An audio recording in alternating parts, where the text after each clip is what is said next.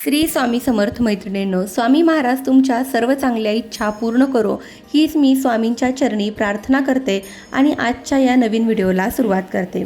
तुम्हाला सर्वांना तर माहितीच आहे की अधिक महिना सुरू आहे। मंगळवारी किंवा शुक्रवारी तुम्ही कुलदेवीची ओटी नक्की भरा। या अधिक महिन्यातल्या कुठल्याही मंगळवारी किंवा शुक्रवारी तुम्ही देवीची ओटी भरली तरी हरकत नाहीये, पण न विसरता कंटाळा न करता सगळ्या महिलांनी मी विनंती करते की तुम्ही प्लीज देवीची ओटी भरा।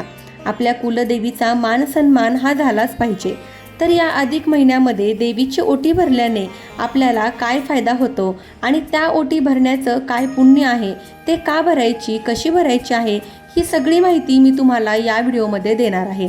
तर आता सध्या अधिक मास चालू आहे, तर आता कुठल्या पण मंगळवारी किंवा शुक्रवारी येईल त्या मंगळवारी शुक्रवारी तुम्ही देवीची ओटी नक्की भरायची आहे।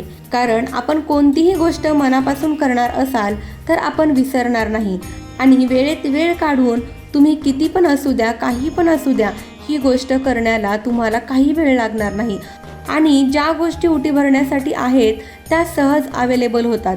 त्यासाठी फार काही आपल्याला फिरावे लागणार नाहीये। कुलदेवीची सेवा ही कधीही वाया जात नाही आणि आपण कुलदेवीची विशिष्ट दिवशी मान सन्मान केलाच पाहिजे। देवी आईची कृपा आपल्यावर राहणं खूप महत्त्वाचं आहे, कारण आपले आई वडील जसा आपला सांभाळ करतात तसेच कुलदेवी आणि कुलदैवत जे आहे ते आपले आई वडील असतात। ते आपल्या घरावर आणि आपल्या घराचा ते सांभाळ करतात।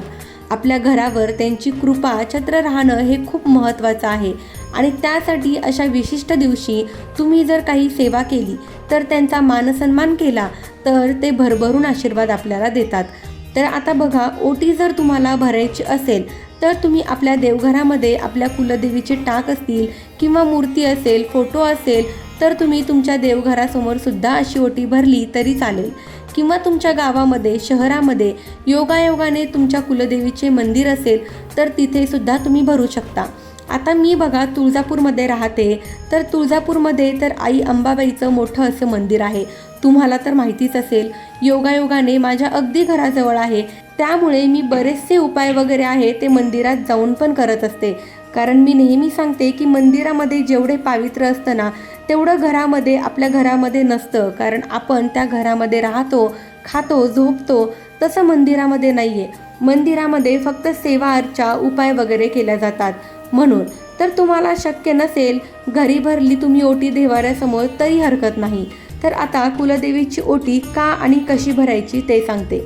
या अधिक मासामध्ये जो कोणी स्त्री किंवा पुरुष कोणतेही व्रत करत असतील, सेवा करतात, विधी करतात, पूजा करतात, तर त्यांच्यावर माता लक्ष्मी, भगवान विष्णू यांचा भरभरून त्यांना आशीर्वाद मिळतो आणि त्यांना या सेवेचं अधिक पटीने पुण्य मिळतं। म्हणून आपल्याला या महिन्यामध्ये कुलदेवीची ओटी भरायची आहे की जेणेकरून कुलदेवीचा, आपल्या आईचा आशीर्वाद आपल्या डोक्यावर नेहमी राहील। कुलदेवीच असते जी आपल्या घराचं रक्षण करते। तर त्यामुळे मी सगळ्या ताईंना, दादांना विनंती करते की वेळेत वेळ काढून तुम्ही ही अशा प्रकारची जी सेवा आहे, कुलदेवीची सेवा नक्की करा। बरेच जण वेगवेगळे व्रत करतात, पूजा अर्चा विधी करतात, पण आत्तापर्यंत तुम्ही काही केलेलं नसेल ना, तर या अधिक महिन्यामध्ये तुम्हाला वेळ मिळाला नसेल किंवा विसरून गेलेले असाल तर तुम्ही नक्की कुलदेवीची अशी मी सांगते तशी ओटी भरा।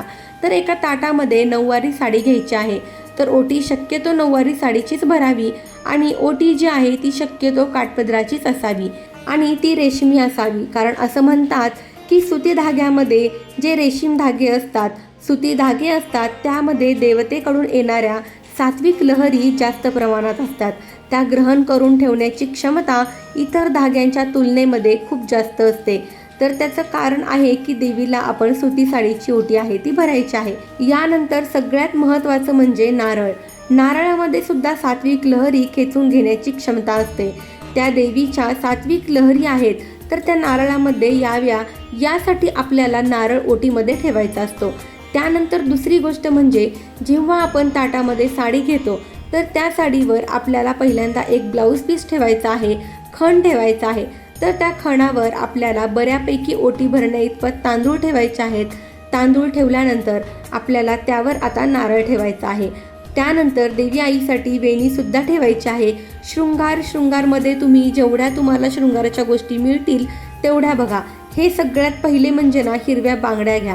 हिरव्या बांगड्या, हळदी कुंकू, एक छोटा करंडा ठेवायचा आहे, जोडवी ठेवायची आहेत. त्यानंतर देवी आईला मंगळसूत्र, काळ्या मण्यामधलं मंगळसूत्र ठेवायचं आहे, काजळ, कंगवा. तर अशा गोष्टी तुम्हाला शृंगाराच्या घ्यायच्या आहेत. त्यानंतर खारीक, बदाम, हळकुंड, सुपारी, एक फळ ठेवायचं आहे, विडा ठेवायचा आहे आणि तुमच्या यथाशक्तीने जेवढी तुम्हाला काही दक्षिणा द्यायची असेल, ठेवायची असेल ओटीमध्ये, तेवढी तुम्ही ठेवू शकता. 11 रुपये, 21 रुपये, जे काही तुम्ही ठेवू शकत असाल ते तुम्ही ठेवू शकता. आता ही आपली पूर्ण ताटामध्ये अशी ओटी तयार करून घ्यायची. आता ह्या ओटीला आपल्याला हळद कुंकू अक्षदा व्हायच्या आहेत. प्रत्येक त्यातल्या सामानाला तुम्हाला हळदी कुंकू अक्षदा वाहून घ्यायच्या आहेत. साडीला, खणाला, प्रत्येक गोष्टीला तुम्हाला हळदी कुंकू अक्षदा वाहून घ्यायच्या आहे. यानंतर ही जी ओटी आहे ती आपल्या छातीला लावायची आहे आणि मग देवीच्या चरणाला आपल्याला लावायची आहे. देवीच्या चरणाला स्पर्श करायचा आहे. हे झाल्यानंतर आपल्याला थोडेसे जे तांदूळ आहे ते आपल्या पदरामध्ये, म्हणजेच साडीचा जो पदर असतो तर त्या पदरामध्ये थोडेसे तांदूळ काढायचे आहे आणि त्यानंतर मनोभावे प्रार्थना करून देवी आईला आपल्या मनातली जी पण काही इच्छा असेल, प्रार्थना असेल तर ती सांगायची आहे. हे आई, माझ्या घरामध्ये सुख शांती नांदू दे, भरभराटी येऊ दे, माझ्या मुलाबाळांचं सगळं योग्य होऊ दे. आपल्याला जी पण काही मनापासून प्रार्थना करायची असेल ती देवी आईला प्रार्थना करायची आहे. आणि यासोबतच ओटी भरताना माझ्याकडून काही चूकभूल झाली असेल तर मला क्षमा कर, अशी क्षमा याचना मागायची आहे. आणि मी माझ्या मनाप्रमाणे माझ्या यथाशक्तीने तुला ओटी भरत आहे, तर देवी आई तिचा स्वीकार कर, अशी छोटीशी अगदी मनापासून आपल्याला प्रार्थना करायची आहे. तर अशी अगदी साध्या सोप्या पद्धतीने तुम्ही देवीसाठी ओटी भरायची आहे. मंदिरात सुद्धा अशाच प्रकारे भरायची आहे. आता मंदिरात ओटी भरली तर त्या सगळ्या गोष्टी तिथेच अर्पण केल्या जातात, पण घरी जर ओटी भरली तर त्या वस्तूचं काय करायचं? आता मंदिरामध्ये भरली होती तर त्या सगळ्या गोष्टी तिथेच अर्पण होतात. त्यातलं गुरुजी आपल्याला वेणी देतात, प्रसाद देतात, ते घेऊन आपण घरी येतो. ठीक आहे, पण आता घरी ओटी भरली तर या सगळ्या वस्तूचं काय करायचं ते मी तुम्हाला सांगते. आता बघा, ही आत्ताची ओटी असू द्या किंवा कधी पण तुमची कोणीही ओटी भरली, सवासन म्हणून तुमची कोणीही ओटी भरली ना, तर त्या वस्तू ज्या मिळतात त्याचं काय करायचं आपल्याला कळत नाही. कित्येक दिवस ते सामान आपण आहे तसंच पडू देतो, मग त्याला कीड लागते, ते विसर्जित करावं लागतं. पण असं कधीच करू नका, कारण ओटी जी असते ती आपल्या सवासन महिलांसाठी तो खूप मोठा सन्मान असतो. कोणाची पण ओटी भरली जात नाही. मुलीची ओटी सगळ्यात पहिली कधी भरली जाते? जेव्हा त्या मुलीचा साखरपुडा असतो, तर त्यावेळेस त्या मुलीची ओटी भरली जाते. स्त्रीचा एक मान असतो, याला खूप महत्त्व आहे. हे एक सौभाग्याचं प्रतीक असतं, सौभाग्याचं लेणं असतं, सौभाग्याचा मान असतो. त्यामुळे ती ओटी अशीच कुठेही सडत पडू देऊ नका, त्याचा आपण योग्य तो वापर केलाच पाहिजे. तर त्या ओटीचा आता आपण काय करायचं आहे ते मी तुम्हाला सांगते. आता या ओटीमध्ये जी साडी आहे किंवा खण आलेला असेल तर ते तुम्ही स्वतः वापरू शकता. आता बऱ्याचशा महिला बघा, कोणाला तरी ते दान करून देतात. साडी वगैरे पण दान केल्यानंतर ती व्यक्ती त्याचा वापर कसा करेल हे आपल्याला माहिती नाही, मग त्याचे दोष आपल्याला लागायला नको. म्हणून शक्यतो ती जी ओटी आहे त्याच्यातली साडी वगैरे तुम्ही स्वतःसाठीच वापरा. आणि दुसरं म्हणजे सामान, म्हणजे खाण्यासारखं नारळ म्हणा, सुपारी, त्यातले गहू किंवा तांदूळ, ज्या खाण्यासारख्या गोष्टी आहेत त्या तुम्ही स्वतः तुमच्या घरी, समजा तांदूळ आहे हे तुम्ही तांदळामध्ये मिक्स करून त्याचा भात तुम्ही स्वतः घरी खाऊ शकता. नारळ फोडून त्याचा प्रसाद तुम्ही घरी खाऊ शकता. त्यानंतर हळकुंड तुम्ही पाण्यामध्ये भिजवून संपूर्ण रात्रभर तुम्ही पाण्यामध्ये भिजवा. नंतर दुसऱ्या दिवशी ते पाणी जे आहे तर ते तुम्हाला सगळ्या घरामध्ये शिंपडायचं आहे. यामुळे घरातील नकारात्मकता जी आहे ती बाहेर जाते.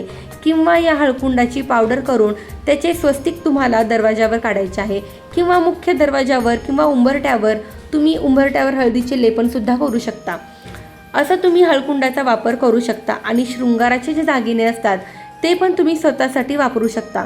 तर अशा प्रकारे या ओटीचा आपण स्वतःसाठी वापर करू शकतो. तर न विसरता आणखीन आपल्या हातात भरपूर दिवस आहेत, 7-8 दिवस तर नक्कीच शिल्लक आहेत. त्यामुळे न विसरता देवीची तुम्ही ओटी भरा. मंगळवारी किंवा शुक्रवारी भरली असेल तरी अधिक उत्तम, पण तुम्हाला वेळ नाही आहे तर तुम्ही या अधिक महिन्यामध्ये कधी पण भरा, पण नक्की भरा, विसरू नका. तर ही अत्यंत महत्त्वाची माहिती मला तुमच्यापर्यंत पोहोचवायची होती. माहिती आवडली असेल तर व्हिडिओला लाईक करा, शेअर करा आणि आपल्या चॅनलवरती जर नवीन असाल तर चॅनलला सबस्क्राईब नक्की करा. धन्यवाद. श्री स्वामी समर्थ.